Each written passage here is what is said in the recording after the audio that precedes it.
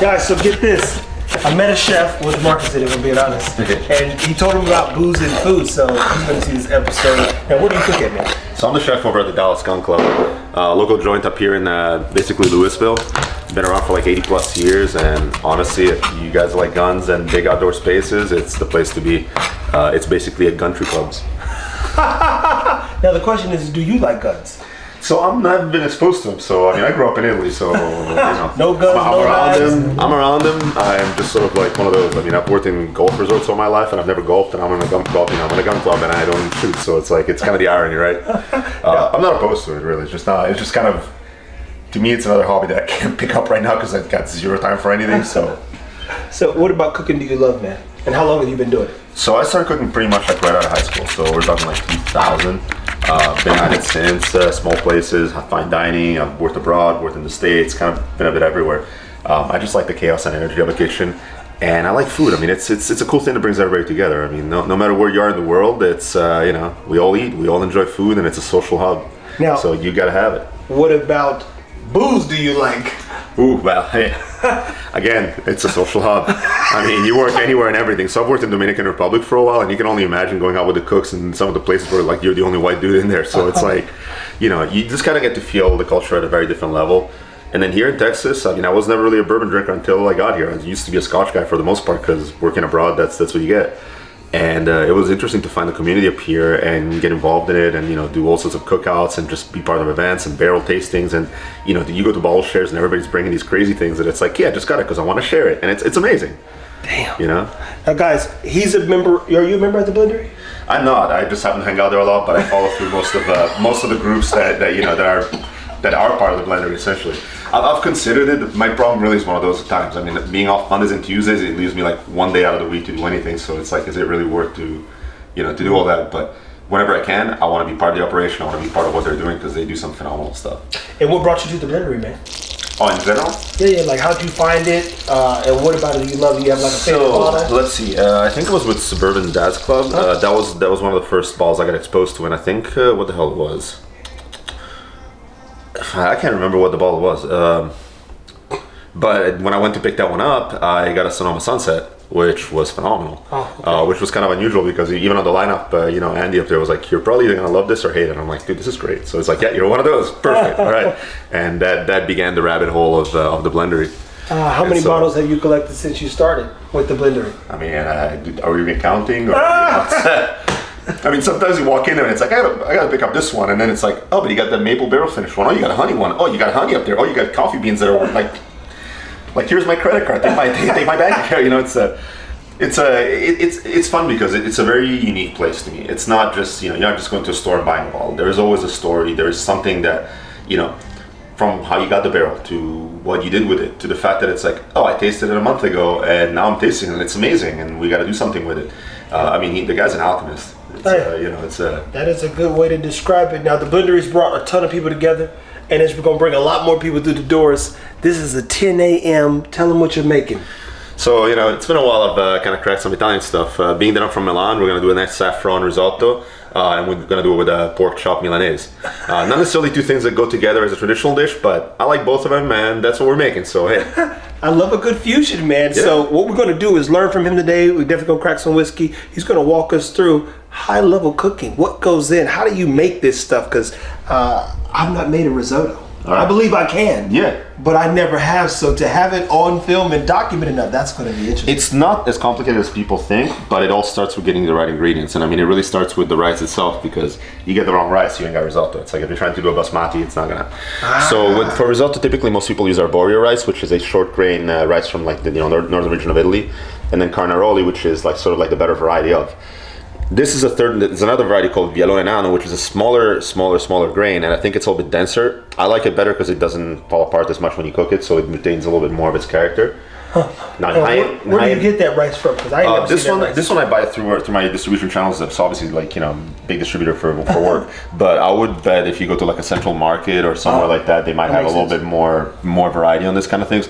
Otherwise, these days, I mean, your friend Amazon, I'm sure you can pretty much get anything and everything. So this is the proper rice for making a risotto. Because what you're doing is you need a short grain starchy rice. Because with risotto, you're not part cooking the rice. You're basically cooking it while adding stock and flavor, and it's gonna start kicking out all that starch, and it's going to take it up into this nice creamy rice dish, and that's really, really tasty.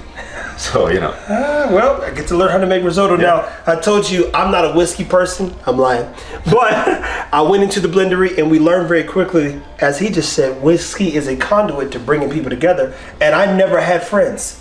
That's the truth. I've got like 2 friends, and I'm not a young kid. So as I said, Tim, I like what we're doing here. I'd love to build a subset of what we're doing and continue to highlight people from the Blendery, but also bring people together and build a second page. So at the Art of Whiskey, we're going to try to continue to do booze and food, because that makes sense to me. I can't sit and review a bottle of whiskey. It's just never going to happen. But when people bring bottles, everything's about sharing, and then we get to learn, about some good food. You go, man, where could you go wrong with this? I've seen the whiskey pages. No harm, no foul to you guys. I just got bored. So with this, bringing the female touch. When Jimmy G's here, when Richard Whiskey, I call him Richard Whiskey, we call him Whiskey Wizard, is here. Eventually, Tim will be here. 903 Jeremy, he's gonna come in. He said, man, you had me at food, bro. I pull up and get this. He's off on Mondays too. So there's gonna be some people that we schedule out that are gonna be coming and having fun, and try to do a 4-part series with a lot of them. Get some more whiskey. I'm gonna crack some bottles that I thought I would never crack just so they can try them. But stay tuned, people. Keep it whiskey, and we're gonna try to learn as much as we can about how to make risotto. And then, of course, man, I'm excited. Like risotto for lunch. Now that's interesting. Yeah. Then we're gonna do these nice pork chops up here. So we're gonna pound them nice and thin. Gonna be our meat in the morning, right?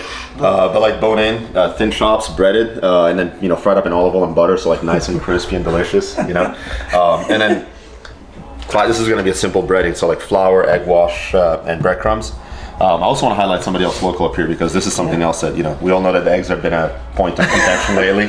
So we have this lovely gentleman up here, Jason, runs James E Farms out of Colleyville. So this is a small operation, like fully regenerative farming, organic and everything. So these guys are like the Rolls Royce of eggs. I buy about 6 dozen at the restaurant, and I just use them for pretty much like anything and everything I can. As he gets bigger, I'm hoping to really get him on board and just have it.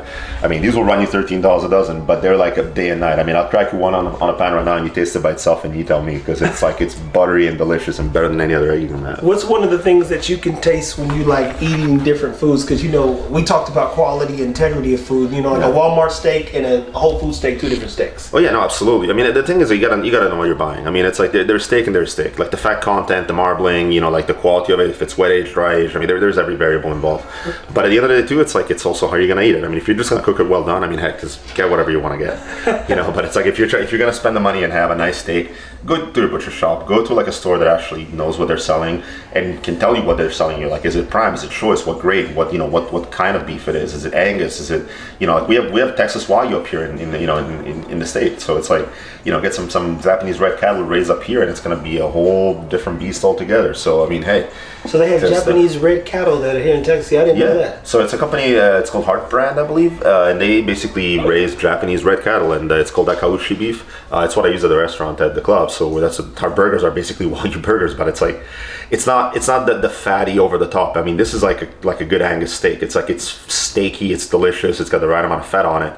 And again, why not support the local producers up here? It's like we have a ton of stuff in the state. I mean, hey, let's tap into it, Now that's food for thought, man. Well, again, you learn something new every day. I want to learn more about pork chops. I started getting on that pork train with Jimmy because he loves pork. Yeah. I didn't know that there could be a difference in eggs, so we're gonna learn about it. Take a look at these. I mean, these are like we're all used to seeing like the white pale stuff. I mean, these are like eggs from chickens. I mean, they're all different colors, all different shapes. I mean, it's like you get them in like when they're fresh. I mean, the yolk is like standing right there. You ain't but so look? I know a brown egg is a brown chicken. Yeah. White eggs, white chicken. Where are the green chickens at? Come on, green eggs and ham, right? No, real green eggs and ham. In all fairness, I mean, if you go to like a farm like this, and there was even a friend of mine that's up in Pilot Point that has a hobby for chickens. I mean, you go in there and you see like every shape, size, like you see black ones, you see white ones, speckled ones, and like little tiny hands and whatever. And so, I mean, they all have their genetics, they all have their things, and I mean, shit, as long as they're happy and free grazing and everything, that's what you get. You get the best eggs in the world. Interesting, man. Look, we got to go get into this homestead space too. We'll stay tuned, people. We're going to let him get into his groove. Jamarcus is going to capture some behind the scenes stuff, put 1, 2, 3 things together, and we're going to get into some whiskey, man. All right. Go ahead and tell them what that cheese is. So this is Grana Padano. We all know Parmesan cheese, Parmigiano Reggiano. So the difference between this is that to produce in regions in Italy, right? So they're both DOP cheeses. There's a little bit more I hate using regulation, but there's a lot more rules involved in Parmesan cheese, like for the milk and the regionality and everything. This follows the same kind of, you know, mantra essentially, but it's from, you know, from the Lombardia region, and a little less involved, but still phenomenal cheese. I mean, it's very similar. Typically, it's a little bit younger when you get it. I mean, it's salty, delicious. I don't even like cheese like that. I love cheese, but I don't never eat it separately. So, man, here's some good cheese, man. You can get this at the local grocery store. Yeah, this you know, go the HEB. Really, it's like it's gonna be like you're gonna have Parmesan right here and Grana right there on the shelf. So. That's interesting. And this is one of the things that makes the risotto, or what's this for? Yeah, when you finish off the risotto, you just fold in the cheese. Kind of adds a little bit nice layer of flavor and a little bit more salinity to it. So. My man's making risotto. All right. What's that for lunch? Alrighty. So these looks like I need to clean off the bone just a tiny little bit. You said clean off the bone. What does that mean? Just like this. So when they have these in stores, most of the time they'll take the whole loin and just like run it through like the meat saw. If I'm getting a whole loin at work, I'm gonna cut around the bone and try to kind of have a single bone per chop. So what I'm trying to do is just not have any chunks of bone when we eat this. Basically, you know, I still want to keep a part for the bone. If I see that it's not feasible, then we'll just debone it completely and just make a nice bone out cutlet. But let's see if I can get to cut it right here. Yeah, I should be able to. Man, that's a good knife you got there, man. That thing, I always know a good knife when it's got a thickness to the top part. You like. Actually, you know what? We're just gonna debone these. That thing, you cut a finger off with that thing. Oh, there are 9 stitches right there from this knife. So we go way back with this one. There's some history here. You know. Oh my goodness. Yeah, this one I bought at a little knife shop back in Italy back in the day. So it's kind of. Did they let you get on the plane with that kind of knife? I mean, it's like you put it in your check luggage. Oh yeah, that makes sense. Yeah, just like wrap it all up and just call it a day, you know. Ooh, that cheese has got some flavor. Yeah. All right, sure the dogs will be happy if they should care. We learned a lesson with this one. But get this, you can use these bones to make pork stock. Oh yeah. So absolutely. anytime one of the things I could do is turn around and make some beef or some pork bone broth. Pull out all the collagen and all the nutrients from this thing, the minerals. Put some mushrooms in there and give the dogs what they need. So either way, I can use it for other purposes. And you can make gravies and sauces with that stuff too, can't you? Absolutely. And dude, making your own stock, I mean, it's gonna be a million times better than anything you get at the store. I mean, I promise you that. What are the 3 things that make a good stock, man? Time and patience. Hey. Well, that's 2 of them. Time, patience, and you know, bones. All right.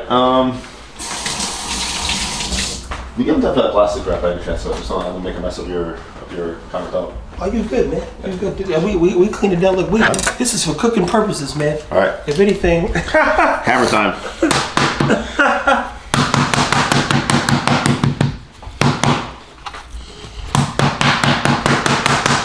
The goal is tenderize and flatten it up.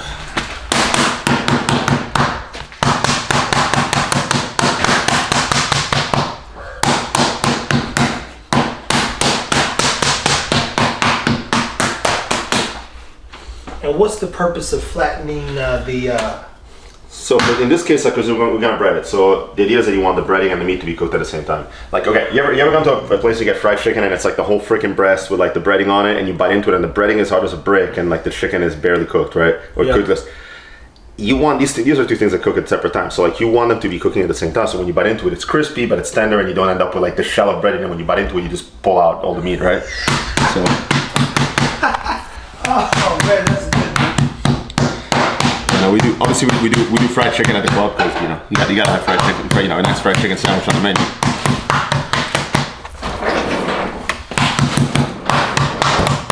That makes complete sense, man. Cool.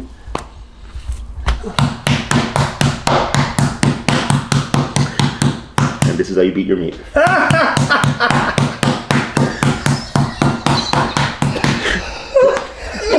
I worked in kitchen all these years, man. You probably got one-liners for food for days, man. Oh yeah, all day. All right. Next, we're gonna need to bread this stuff up. So we're gonna need some bowls or some plates or something. Probably a white plate if you have. White plate? Yeah, like something that's. Get this, I got these plates that I got from Costco during. Oh, hey, those are perfect. You got one more by any chance? Of course. Yeah. All right. So. You need any gloves or anything, man? I got those. You know what? Clean hands are. It's all good. I mean, you good? You good? I don't know. Some people don't like touching their stuff, touching all their flour and stuff. Look, for me, it's one of those things where it's like, okay, you use like wet hand, dry hand technique, so it's like you're not mixing up, and then after that, you wash your hands. You know what's crazy, man? Is I thought it was crazy for when I first worked in the kitchen. They were like, I was like, hey, you guys got gloves? He was like, Trevor, don't worry about that. Just cook the food. And I said, well, they were like, dude, wash your hands, you'll be fine. Tell them you cook it and they eat it, it's all good. I said, okay. The important thing is just keep on washing your hands, man. Every time you do something, wash your hands. Boom. When you think you don't need to wash your hands, wash your hands. Hey, see? All right. Do any preference in eggs? Can we try green one? Hey, green eggs and ham. Mm-hmm. Definitely, really, right? I mean, look at the yolk on that. Just like it's this thing is like orange and it's standing right there, you know.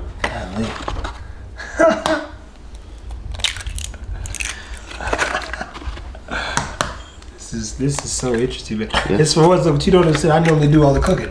Me and Jimmy do at least. Everybody else does all the eating. So to see if I can watch and learn is like clockwork, man. Voila. You got a fork by any chance? A fork? Yeah. Yeah. Awesome.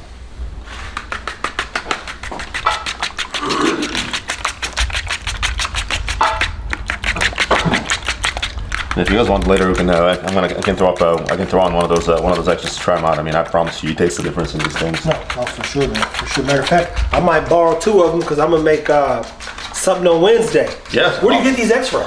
You go directly on his website. It's Dramsey Farms. So they ship eggs? I think if you hit a certain minimum, like it's more like a subscription package kind of thing, and then I think he does like farmers markets and whatnot. I'm not sure. I never asked him how he does like retail or like. You don't have to worry about it. You the Billy Goat, so he's like, just come get some, buddy. Yeah. Like I said, I have basically like a 6 dozen auto ship every month, and he actually brought these in like Saturday this week, so like these are probably in the chicken on Saturday morning. Sheesh. I love a good egg, man. Yeah. You know, when they're fresh, I mean, heck, it's the difference is there. All right. I got to try some super fresh eggs when I was with one of my buddies who lives in Arizona. Yeah. And he literally went out to the chicken coop, grabbed them. There's eggs sitting on his counter. They were just good. Yeah. So I met up this guy up in Pilot Point. So he's a photographer and he just has a hobby for furs and chickens. So his name is Marco, and I mean, he also has ducks up there too, so every once in a while he's got duck eggs too, and those are pretty fun as well. Yeah, they don't lay as many though, do they? They don't, and they're a little bit bigger yolks, so like they feel like richer in general. Mm-hmm. But man, when you get them like nice and fresh and local, I mean, it's a. All right. So really simple. So egg wash.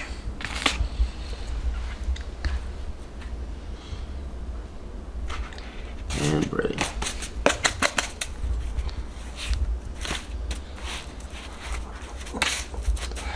I said, cooking doesn't have to be overly complicated. It's just simple, done right.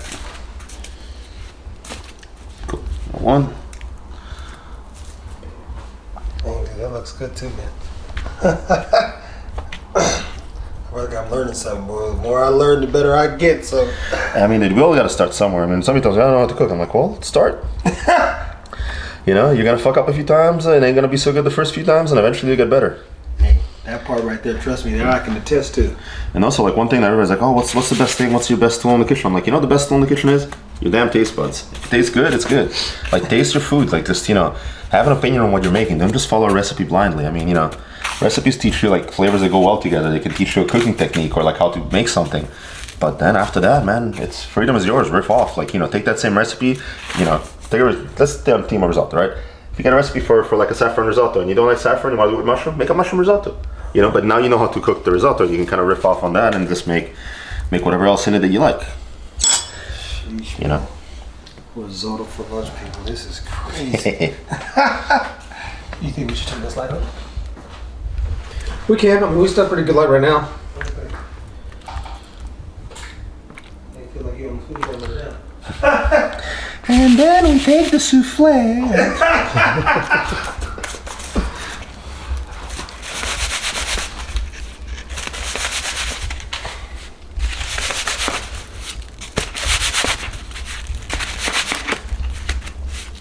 All right, meat is done. Cool. So we got the brunt of our prep work done. Now we get to cook. It's gonna be a minute because it's still frozen. And how long is that good for once you cook it and put it in the freezer? The chicken stock? Yes. Oh, I mean, that really depends on how you pack it and how good your freezer is. But I mean, I wouldn't keep stock on it for more than a couple of months. Oh, so about 3 months tops. Yeah. At work, it's one of those things where it's like I make vats of it, so it's like just use it, use it so quickly, anyways. Now I have a dish on the menu where I buy whole chickens and I butcher myself to do like a half split chicken on it.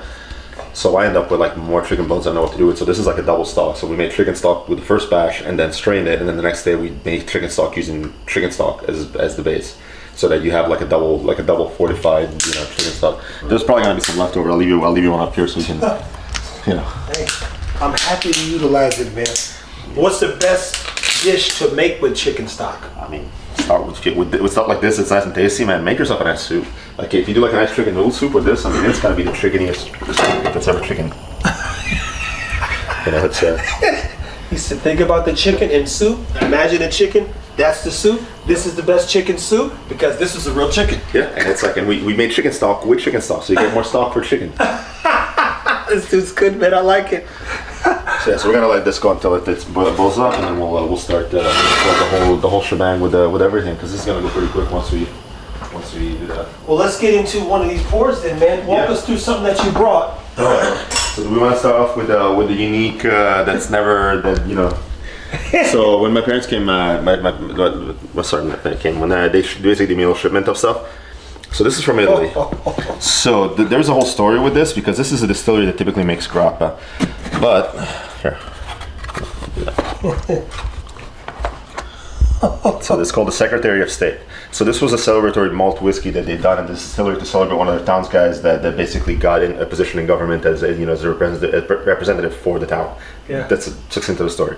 So this is something that probably will never be made again, and it was a commemorative something that was done for this gentleman for the position that he got. So this is pretty cool stuff, pretty neat.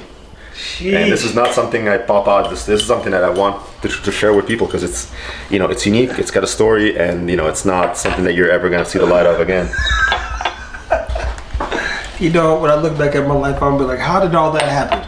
I say, look, man, I don't know, man. It just more magic in a cup. Yeah, I mean, like you said, like these are meant for sharing. Like, what am I gonna do with this? Like this, if I pour myself a glass of this one, like 2 pours and you're done, right? And so it's like, what's the point? Like, what's the point of this ball if not to share the story and and show that these guys did something special for some of their own. Like you said, through the art of distilling, they made a whiskey to commemorate their guy. That's crazy, man. And this is from Italy, huh? Yep. And it's a malt whiskey. So. Well. Yep. Salute, as some people say. Let's get the Kenzie. Yeah, you got that. Look, those are whiskey Blendery ones. One of these days I'll find where I put mine. I think I might have just had to cave and buy another one, because when I moved. Man, how long should this take to open up, or should you let it sit and rest? Or? Let's find out. I mean, let's take a sip right now and just feel it out in like a few minutes and see how it goes. Like I said, it's not a bottle that I've had a lot of sips out of, so it's not like I can tell you like how it behaves. But it definitely brings you back to Europe. It's not, you can tell that it's not, it's not. That's fucking good, man. That's fucking good. Jimmy ain't here, man. That's my guy. Let's get started. These are typically on the lower proof, anyways. Like most of your European single malts, But yeah, I mean, this is everything good about a malt. It just hugs you. Man, that thing is tasty, man.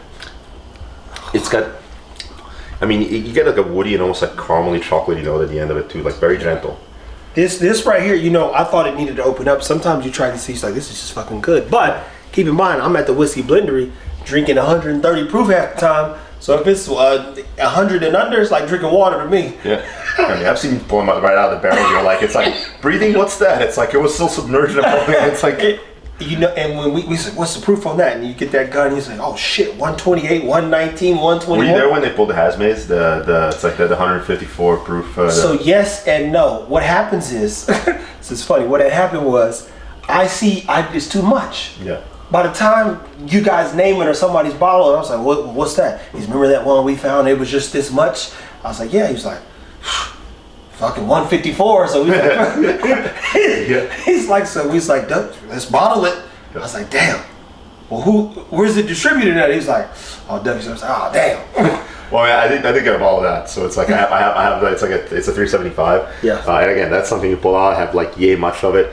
It's tasty, but it's one of those sips that it just evaporates in your mouth, and you just get this like warmth and just blow of flavor of everything that just And you know what? I didn't know that was a thing. So there are some pours that I've had at the Blendery that because the proof is so high that by the time you do like this, it hits your lips and goes here. It never hits the throat. Yeah. So you go, where did it go? And it's so hot per se, but it's so flavorful that it doesn't burn you up. But I mean, literally, it's like real evaporation in 2 seconds, man. You're experiencing the angel share in your mouth. It's the angel came and went. Yep.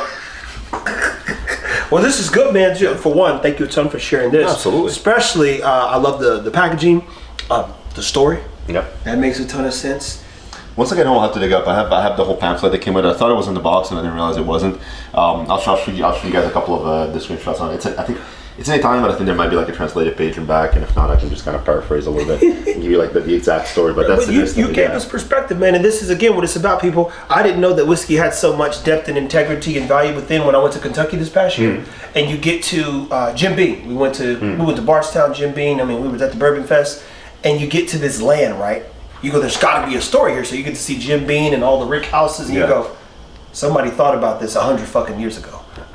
And start making investments, and here we are, a part of the story, even though they sold the Centauri Group. Yep. But point is I was like, man, there's so much more to just drinking liquor. Yeah, but even with the Centauri part too, I mean, it's kind of interesting to see what they're doing with that, because I mean, you see about like the Allegiant, right, which is basically like Jim Beam mash bill, distill it, but then with the Japanese blenders touch of blending that bottle. So it's sort of like East meets West kind of thing. So I mean, it's one of those bottles. It's like $40 on the shelf. Is it good? Yeah, because I think it's also wine finish, so it's got definitely a little bit of sweetness to it as well. But again, the fact that companies coming they move hands and come and go, and some companies just take them, they put them in their investment portfolio, and nothing comes of it. But it's actually fun when you see groups like this one that take the properties that they have and sort of like, hey, let's do a collaboration and do something with it. Then that's to me that's cool. It's like you're not just hey, I'm just buying it just because I want to make a buck off of it. Or well, from my understanding, that guy loves Jim Beam. Yeah. The guy who bought it, the investment group, but he was like he literally loves Jim Beam. So to hear that, I didn't know that. Yeah. I haven't went down my rabbit hole of studying the business side of whiskey yet. I'm like this far into it as well, but I mean, some of the things, it's like I picked up this bottle, I'm like, I want to know what this is, and so you read into it, and it's like, okay, Jim Beam's distiller, the Centauri's, the master blender, and that's what came out of this. It's like they wanted something that had these qualities to it. The Japanese in general is interesting because I was lucky enough to go visit my buddy back in Milan some years ago, and it was the Milan Whiskey Festival. So he's like, you're coming up this weekend? I'm like, what's going this weekend? And like, Milan Whiskey Festival. I'm like, I'm coming up this weekend. And so he sent us up to two different tasting sessions. One of them was a private bottler. So, think of like, along the lines of like a Blendery type of thing, where like they basically buy barrel stock and then they release under their own label, whatever it is that they're getting. And that was interesting because we got to try a lot of fun stuff, and like even a 50-year-old grain whiskey from a distillery in Scotland that probably didn't exist anymore. And so like 50-year-old grain whiskey, it was amazing. It was like drinking honey. I mean, it was like sweet and delicious and everything you think. God, and but then the second tasting we went to was Nikka Japan, which is like another Japanese whiskey maker. And so Nikka was interesting because the whole story was like the guy basically went to Japan to learn the craft, married, found the love of his life, married, and then went back to Japan. And so it was funny because at the beginning, the first batches were modeled after like your classic Scotch, a little bit peated, and there wasn't much to the Japanese flavor. And so Japan took this thing of like, finding harmony. So like if you taste a Japanese whiskey, typically it's a very pleasant drink. It's like it's got a lot of floral, some sweetness, nothing too crazy jumps at you. But so during this panel, it was also celebrating the anniversary of Nikka, so they had done a batch that was basically a recreation of the original bottle, and that tasted like a peated Scotch. It was kind of fun. So it's guys, we got so much to learn. We got so much travel to do. Yeah. And we might have to take him with us, guys. Stay tuned. Keep it I speak a few different languages. You know, I'll be the perfect translator for everyone and everything, right? I love it. And he speaks whiskey. Yeah. Because you don't want to like drop it in. Yeah, because the risotto is like you're adding the liquid as the rice absorbs it, so that it's like, you know, you don't want to just dump it all in and on. But we're good. Dude. I'll make it happen. I'm gonna get one. You have a coffee mug. A coffee mug? Yeah. Yeah, there you go. Voila. Boom. Look at him, man. I'm MacGyvering it over here.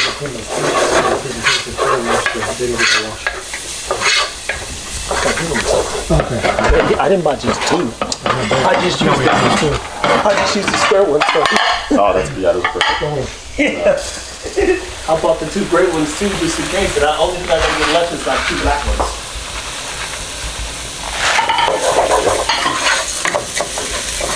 I'm gonna toast the rice a little bit. So it's like nice and golden and glossy.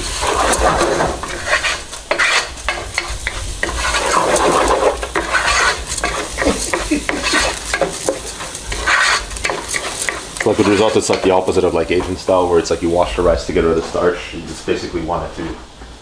You want the rice literally to excrete the starch. You're doing the opposite of everything you do with rice. It's like you're stirring it a lot. You're just not washing it. You just want to keep all that stuff in there. Man, dude, this is so good, dude. Yeah. And then we got saffron, the world's most expensive spice. And people, that stuff sells for. Oh, I mean, 1 ounce is like $120. Yep. I mean, just take a whiff of this. I mean, it's. They have it on. Spain and Iran are like the two biggest producers. Yes. Yeah. You see that there was a company on Shark Tank that had a saffron business, and one of the things that they did was trying to reduce the amount of money being spent, but also give some of those people jobs and opportunities, like the women and stuff. You know? Yeah. Well, think about it. It's a very delicate process because it's like these are like the strands inside the flower. So like each flower has 3 of these. So imagine how many flowers you got to harvest to get just like an ounce of this stuff. Man, that's worse than picking cotton. Yeah, no kidding.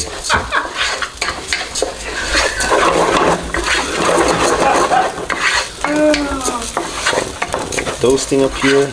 And how long does it take to really get, I guess, the saffron aroma? Because it's not a seasoning per se; it's more aromatic. It's like it goes in like it's gonna keep on releasing. You'll see this like as we add liquid and as we add the rice. Yeah. How this is gonna turn like a nice orange. I mean, if we want it stronger, we can always add a little bit more mid-cooking anyways. And what should you be tasting if you get like some good saffron like you have? So it's a very distinct, it's a very specific flavor. It's like it's not really comparable to much of anything else. So once you've had some saffron, then it becomes one of those things where you'll know whether you're, somebody's skimping or not, or whether they're using just like like a powder versus like like the strands and everything. Another way you could do this is you can infuse that into your stock so that you're releasing all those flavors and getting it in here.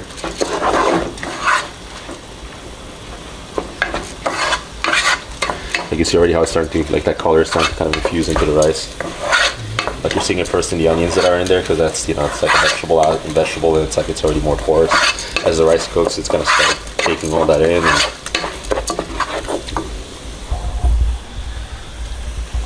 And then, we want hot liquid into hot risotto so that, it's like you're not stopping the cooking every time you...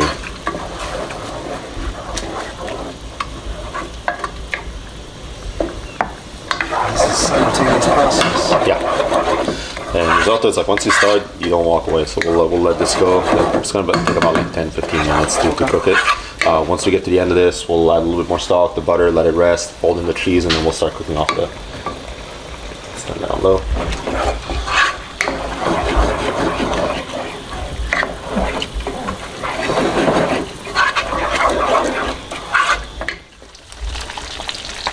Where'd you get this pan from? This is the biggest. Yeah, so I think it's a 12-inch. Dude, Marshalls, Ross, all those places are your best friend. I mean, they get clearance lots of all this stuff, and so like you go in there and it's. So we don't have to go to Williams Sonoma to get like. I mean, you can if you want to spend 3 times as much, right? So Williams Sonoma is where you go to demo out this stuff and make sure that it's like, I like this knife, it feels good, I like this pan, everything else. And then you go and check out Amazon, and then you go start hitting up all your like Rosses and Marshalls, and chances are you're gonna find one of these. I went into Sonoma to go get a.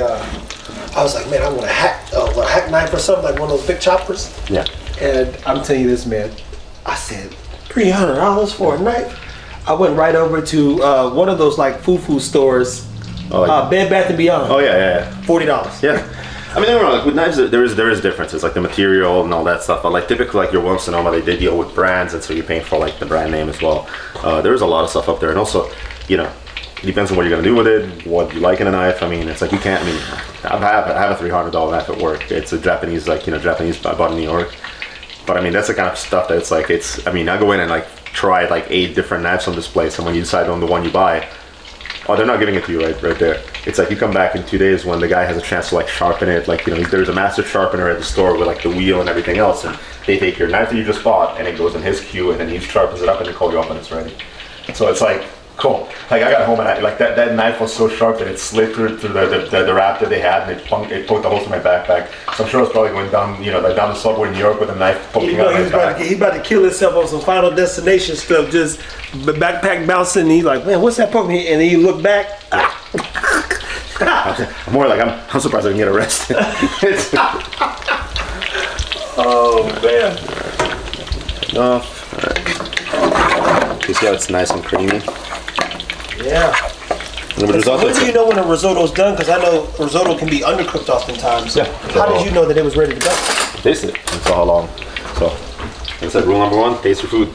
So it's gonna have. You want to feel the individual grain. It should be tender, but it shouldn't be mushy. This is like 95% there.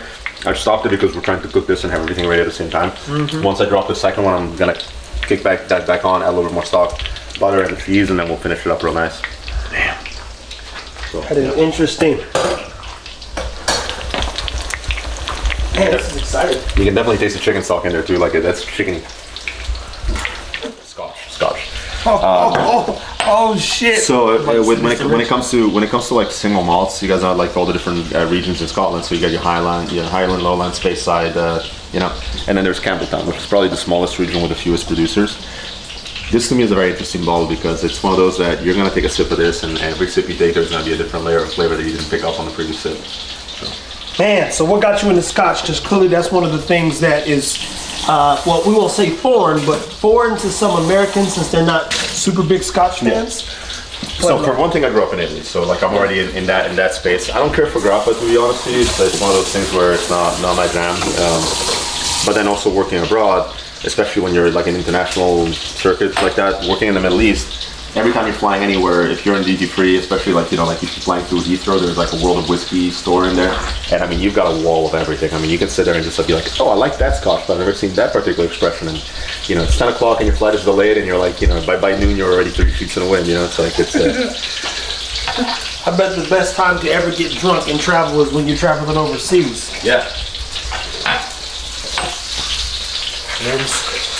So the Glen Scotia, this was an interesting one because apparently, so this is a non-aged statement. So it's basically a blend of really old barrels with some newer juice that then was finished aging in like heavily charred barrels. The nose on this one is like milk chocolate, and the finish on it is licorice, and then anything in between is just up for interpretation. It's got an oily mouthfeel, which I like a lot. It's like it lingers and it stays. It's not smoky like a heavily peated Scotch. Yeah. And is this? Can you purchase this anywhere? Yeah, Liquor King has it. The bottle labeling has changed. It's on the newer releases. But yeah, I mean, I actually saw it at the Louisville one because that's the one I shop at the club. Damn. Yeah. Scotch has a strong, pungent perfume smell sometimes to me personally. Yeah. You ever feel like everybody's like, oh, my Scotch is so smoky? I'm like, not every Scotch is smoky. It's like it's not. This one is on the milder side, you know. So Richard, he's a Scotch fanatic. Yeah. We gotta get next time. We'll have to get him over here to bring some of his best Scotch so you can try it. Oh yeah, no. So I got a couple other fun bottles too. Obviously, I mean, I wish I could bring my whole cabinet. No. It's like, this is a good start because then next time I can make the food, you can bring the whiskey, and then you and Richard can go back and forth about Scotch and all that stuff. God, dude. And mind you, this is like 93 proof, or so it's like this drink's like way above its weight class, I think. Super tasty, man. Yep. Super tasty. It's got, I taste a little grape in there too. Yeah. This thing has got a lot of layers to it. And like once it opens up, like the nose to me gives out like this milk chocolate note to it. I can see that. But the finish on it is just definitely herbal, and like at the very beginning, especially earlier when it was first opened, I definitely got more licorice on the finish on this too. This is, because you know it's funny because as I said before, I never got into whiskey. I used to drink to get drunk. Whenever I did, and because of the blender, we've now slowed down and learned to embrace the journey. And I think what I'm enjoying about this most is that he's taking us on a food journey while we're stopping and walking through a couple places throughout the world, literally. So we're gonna have good food. We're drinking some good scotch, and even I'm learning a few cooking tricks on them. That's interesting. But this is super good. Yeah, and it's complex. This is like one of those things that you're gonna just have something to sip on. For example, like you're somewhere, you just want to enjoy your afternoon and just sip on something. Every sip you take is a different layer, you know. Yes, I said this is one of the ones that even I would consider. This is 100 proof, man. Mm. Oh, okay. 51.5%. It's like Yeah. Okay. So yeah, this is okay. this is 101. Wait, what that is? 102. You go. There we go. When you said 90 or something, I was like, oh, they're 95 or something. I was like, yeah, that makes sense. But you go, no, It's written so small. Like how are you supposed to read it, right? Like I'm almost there. I almost can't see too good, but I still got a little bit of life left in these eyes. Yeah. Smooth and like flowy, you know. Like if you get it, it's like a lump of rice on a plate that doesn't move. It's too thick. You don't want that. Like if you're gonna take this and slap the plate on a little bit, it should just flow and ease up on. You know what this almost reminds me of is when I was a kid, Grandma made sweet corn. It almost looked like sweet corn, but it's not. No, it's a nice. This is like a perfectly cooked pork chop. Jesus Christ.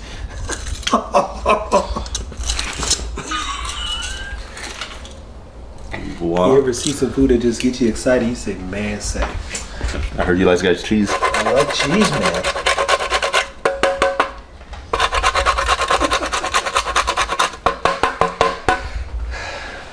All right, well, you guys hungry? Oh, I was starving. And I wasn't hungry when I woke up, but I'm hungry now. Did you have your coffee this morning? I didn't, man. Look, we was up late. And so we got up late. So then it was like, oh, damn, it's late. There you go. Oh, shit. You want a nice bourbon with notes of coffee? Yeah. There we go. Oh, there we go. So walk us through this one. So this one was a gift. From a couple of our members. A couple of us members of the club. They did their whole Kentucky Trail and they found a small distillery, and that's what they grabbed me in. This one is very much like coffee and chocolate on the flavor profile. Let me get a cup of coffee then. You say, hey.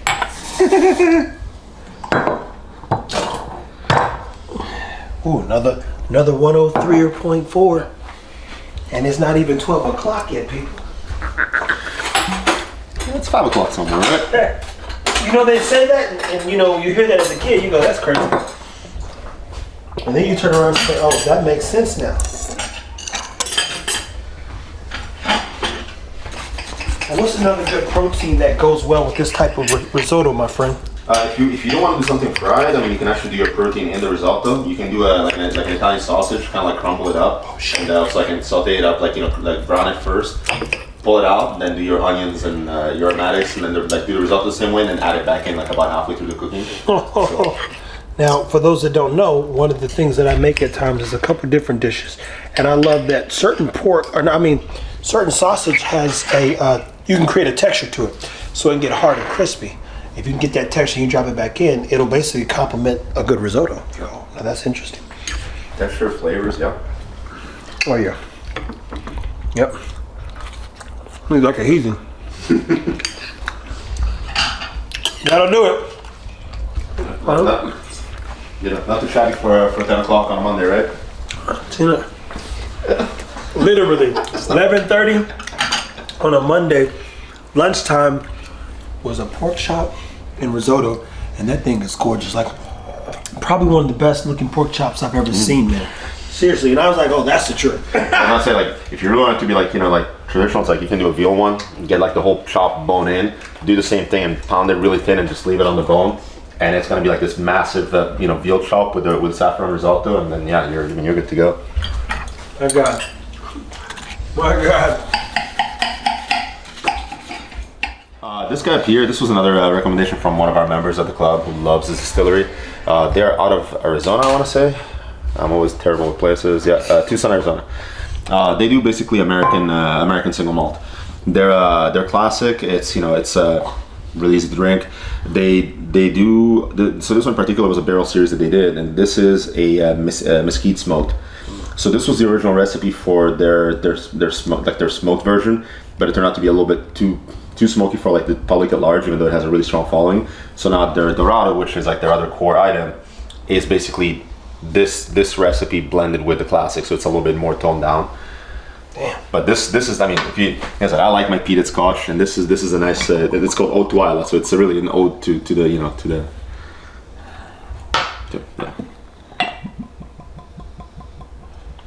What I will say, because I've learned, what did I learn? No, I'm playing. American single malt is not Scotch, though, right? It's not. The thought process is the same, but we have different rules up here. If you're looking at Scotch in the old world, it has to be minimum 3 years. It has to be done in the used casks, and so there's a lot more different parameters.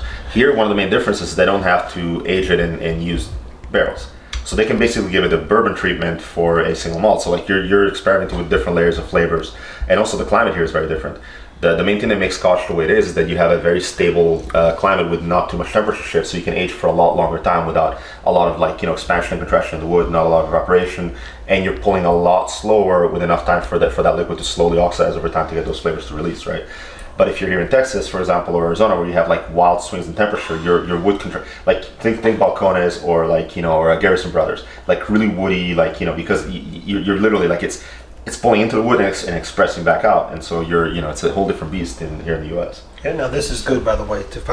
If I don't say anything else, this is a Del Bach. Yep, Whiskey Del Bach out of Arizona. Whiskey Del Bach and this is American single malt. Oh shit, 110. Mm-hmm. And you brought some hitters over here, man. I wanted to bring some flavorful stuff and things that are not, like I said, I have my fair share of Blendery bottles, but I mean, you guys live there more than I do, so it's like I'm sure that I would have brought things that either you tried or tried before even I knew it was a thing. So hey, let's go into picking. When you said Sonoma Sunrise, I was definitely there for that. Yeah. What was the sunset? No. So we had the sunrise and the sunset. Which one was first? Was it the sunrise? It might have been. Yeah, so that's the one I had. I got to try the sunset, but I didn't pick it up. I just missed. At the end of the day, you can't grab them all. It's like their budget is a thing, Hey, it is, man. And in Blendery bottles, not only do they add up, they cost money. Like it's already cost, but they add up something serious. But guys, listen, that was some great food, by the way. Man. I appreciate it. It was fun. And I didn't have to cook. This is beautiful. This day's already started off to the right. You know how you get up on the Monday, you say, I hate Monday. I was looking forward to it. So we're next. Lasagna? You got an orange cat? No, I got an orange cat. I'll bring it. It's one of those things where you go, what better way to start a Monday than sitting up and already just breaking bread, as some would say, with great people, learning new techniques in relation to food, trying a risotto that I've never had. Saffron's not cheap. The guy brought some just... Man, gives you perspective, makes me want to go out and do a little bit more for this life. Little time I got left in this life, but this one kind of hit a little bit. Look, like I said, I couldn't finish the other one and this one. I'd be like, I'm going to bed. Yeah. We didn't sleep well last night. And anywho, if you're here, you're trying to get into whiskey, I would tell you think outside the box. If you are a whiskey person, think about how to bring more people together. If you're reviewing bottles, keep doing what you're doing, and we'll keep doing what we're doing. We are going to build this booze and food out. We have some great booze. We're going to bring more people together, and my God, was the food good. Guys, keep it whiskey. Cheers.